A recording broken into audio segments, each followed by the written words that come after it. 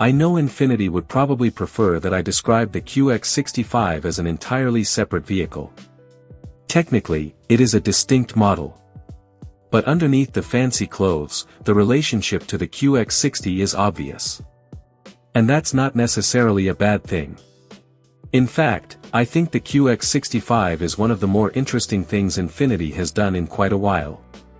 It is smaller looking, sportier, and considerably more stylish than the QX60, while retaining the basic architecture and mechanical ingredients that make the larger SUV a competent family vehicle.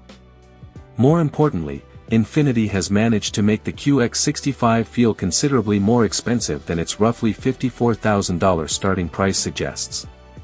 There are some problems, though. One of them makes considerably more noise than I would like. Design.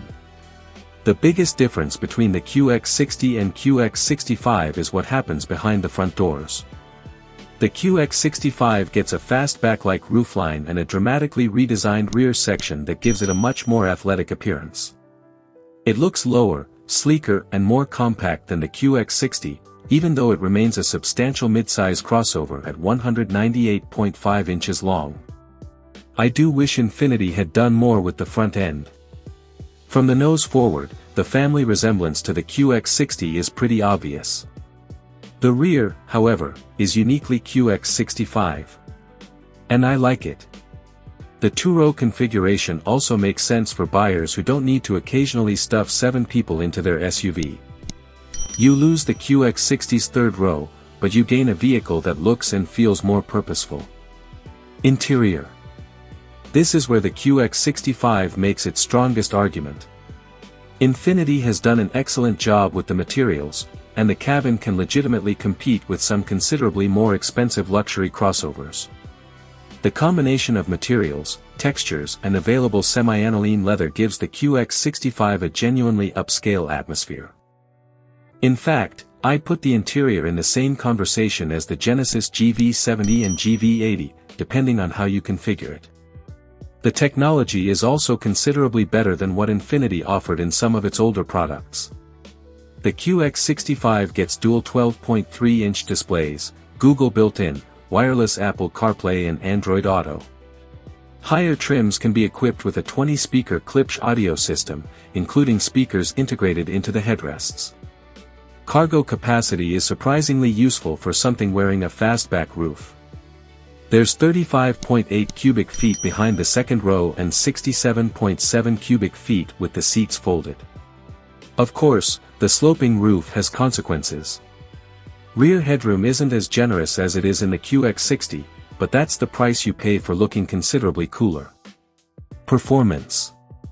The QX65 uses Infiniti's 2.0-liter VC turbo 4-cylinder, producing 268 horsepower and 286 lb-ft of torque.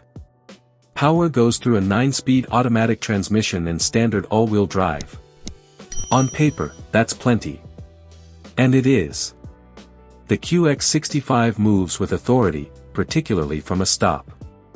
The variable compression engine doesn't behave quite like a conventional turbocharged 4-cylinder, and once you get used to its personality, there is plenty of usable power.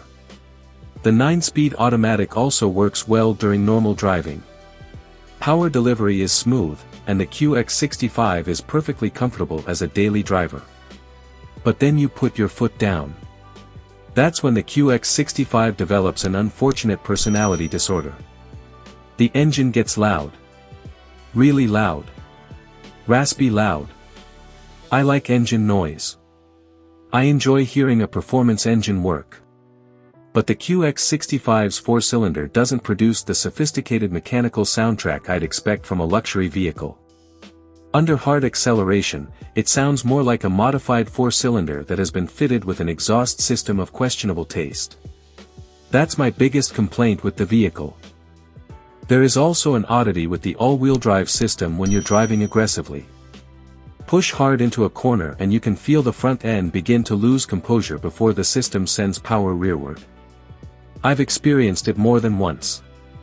For normal driving, it's irrelevant. For spirited driving, it is noticeable. The QX65 is not a sports car, of course. But Infiniti is selling it as the sportier alternative to the QX60, so I think it's fair to expect a little more polish when you start pushing it. Maybe a little more grip. Still, on the highway and around town, the ride is quite good. Pricing and value. The QX65 starts around $53,990, putting it directly into a very competitive portion of the luxury SUV market. And yes, there is a Nissan Pathfinder underneath all of this. That's hardly a scandal. Automakers share platforms, engines, and components across brands all the time. In this case, Infiniti has taken a fundamentally competent platform and wrapped it in substantially nicer materials, styling and technology. Considering what you get, I think the pricing is competitive.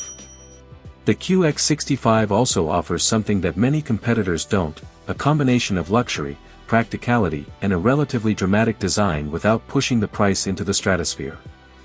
It can also tow up to 6,000 pounds, which is impressive for something that looks like it belongs outside a valet stand rather than at a boat launch.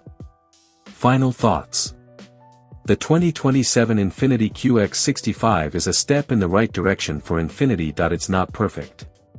The engine noise is irritating, the aggressive driving behavior of the AWD system could be better, and the front end doesn't do enough to distinguish it from the QX60. But everything else works remarkably well. The QX65 has a beautiful interior, useful cargo capacity, plenty of power, standard AWD, and a design that gives Infiniti something it desperately needs: personality. The competition is fierce. Lexus, Cadillac, Mercedes-Benz, BMW and Audi all offer compelling alternatives, while Genesis continues to set a very high bar for interior design. The QX65 won't necessarily beat all of them on technology, performance, or brand prestige. But it doesn't have to. What it does is give Infiniti a genuinely interesting alternative to the usual luxury crossover formula. It looks good, feels expensive, and drives well enough to make the compromises worthwhile. I just wish Infiniti could convince that four-cylinder engine to quiet down once in a while. Then again, when you're paying nearly $54,000 for a luxury SUV, perhaps expecting a little refinement isn't unreasonable.